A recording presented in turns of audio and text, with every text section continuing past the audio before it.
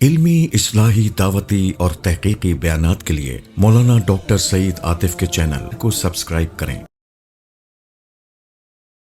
وَلَوْ شَاءَ رَبُّكَ، اگر آپ کا رب چاہتا، لَآمَنَ مَنْ فِي الْأَرْضِ كُلُّهُمْ جَمِيعًا، زمین میں جتنے رہنے والے لوگ ہیں سب کے سب ایمان لے آتے۔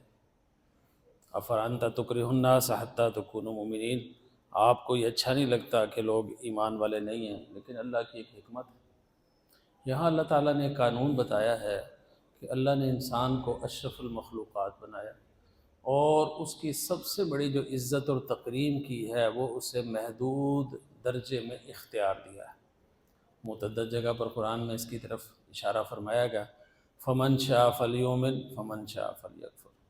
سورہ دہر میں فرمایا اما شاکرا و اما کفورا، جو چاہے کفر اختیار کرے اور جو چاہے شکر کا دین اختیار کرے۔ سورہ شمس میں فرمایا فَأَلْهَمَهَا فُجُورَهَا وَتَقْوَاهَا، انسان کو اللہ نے یہ دونوں راستے دکھا دیے، فرمانبرداری کا، تقوی کا اور نافرمانی کا، اور اس کو اختیار دے دیا۔ یہ اختیار ہی ہے جس کی وجہ سے انسان کی آنر ہے، انسان کی عزت ہے، انسان کی تقریم، اور کسی مخلوق کے پاس اس طرح کا اختیار نہیں۔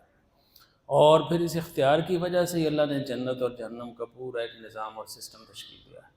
اگر یہ اختیار ہی نہ ہو تو پھر ساری چیزیں ختم ہو جائیں، اور اسی اختیار کی وجہ سے اللہ تعالیٰ نے سزائیں اور یہ چیزیں متعین کی ہیں دنیا میں بھی اور وہ بھی۔ اگر دنیا میں انسان کو کچھ کرنے کا اختیار ہی نہ ہو تو نہ کوئی نیکی ہو سکے، نہ کوئی جرم ہو سکے۔ تو یہاں اللہ تعالیٰ فرماتے ہیں کہ یہ حق اور باطل کی کشمکش قیامت تک رہے گی، اس سے گھبرانا نہیں چاہیے۔ یہ اہل ایمان کی غذا ہے۔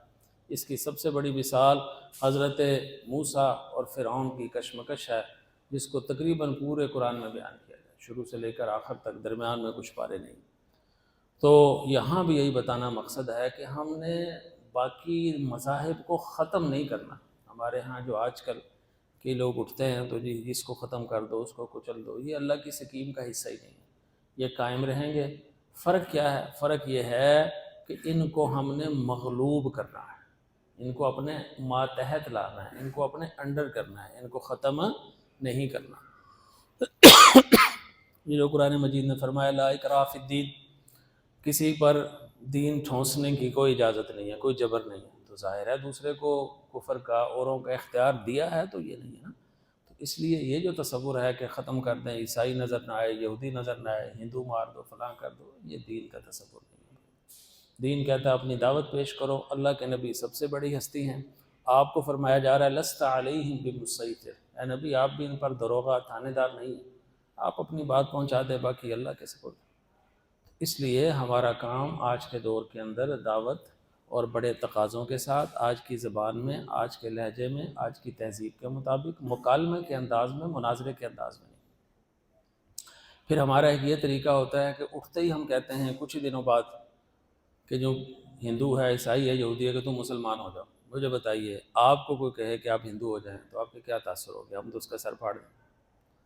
اس لیے حکمت کا تقاضا ہے کب کتنی کوئی بات کریں۔ امام شاہ ولی اللہ رحمۃ اللہ علیہ کہتے ہیں کسی عام آدمی پر اسلام پیش کرنے کے بجائے اس کو دو مرحلوں میں پیش کریں۔ پہلا مرحلہ ہے وہ عالی اخلاق جس پر تمام انسانیت یکجا ہے، متفق ہے، اختلاف نہیں ہے۔ مثلا ظلم نہیں ہونا چاہیے، مثلا جھوٹ نہیں ہونا چاہیے، مثلا کسی کے ساتھ زیادتی نہ ہو، مثلا سچ ہو، ہر ایک کا حق ادا کیا جائے، اس میں کسی مذہب کا کوئی بندہ اختلاف نہیں کرتا۔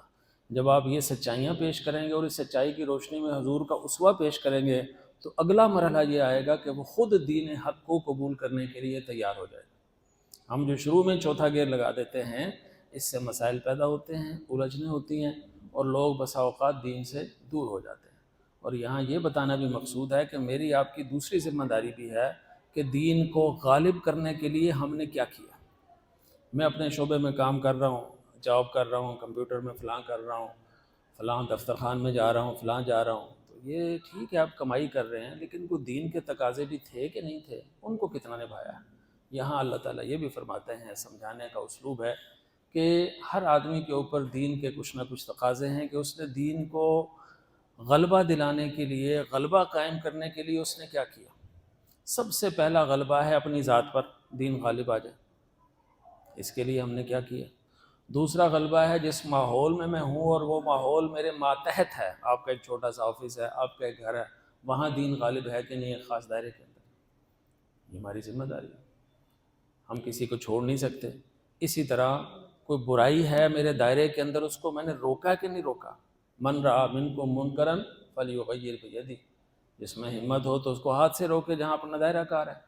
عوام کو آپ باہر جا کے ہاتھ سے نہیں روک سکتے، وہ حکومت کا کام ہے، نظم بگڑتا ہے، فساد پیدا ہوتا ہے، دعوت پیچھے رہ جاتی ہے، فساد آگے بڑھ جاتا ہے۔ تو اس لیے جو مزاج دین بتاتا ہے کہ اپنی اپنی ذمہ داری ادا کرنی ہے۔ اسی طرح نبی نے فرمایا الجہاد ماضٍ الی یوم القیامہ، جہاد قیامت تک جاری رہے گا۔ تو ظاہر ہے کفر ہوگا تو جہاد ہوگا نا، کس سے کریں گے؟ اور اگر جہاد دین کے معنوں میں کریں تو دین کا کام ہمیشہ رہے گا۔ آپ اہل علم ہیں، علماء میں سے ہیں، اسکالر ہیں، بڑی اللہ نے صلاحیت دی ہے، تو آپ دین کے علمی اور فکری غلبے کی بات کریں۔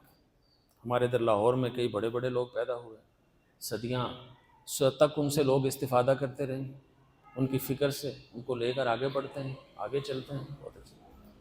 امام شاہ ولی اللہ رحمۃ اللہ علیہ 300 سال سے عالم اسلام پر فکری حکمرانی کر رہے ہیں، انہوں نے اپنے انداز سے دین کو غالب کرنے کی کوشش کی۔ اسی طرح حکومت کا کام ہے کہ سیاسی حوالے سے دین کو غالب کریں، اور ماہرین معیشت کا کام ہے کہ بینکرز ہیں اور ہیں، وہ اسلام کی معیشت پڑھیں سمجھیں۔ ہمارے ہاں ماہرین کا یہ حال ہے کہ جو مسلمان وہ علماء ہیں ان کو معیشت کے ماہرین نہیں ملتے، وہ خود معیشت کی نزاکتوں کو نہیں سمجھتے، اور جو معیشت کی نزاکتوں کو سمجھتے ہیں وہ دین کو نہیں سمجھتے۔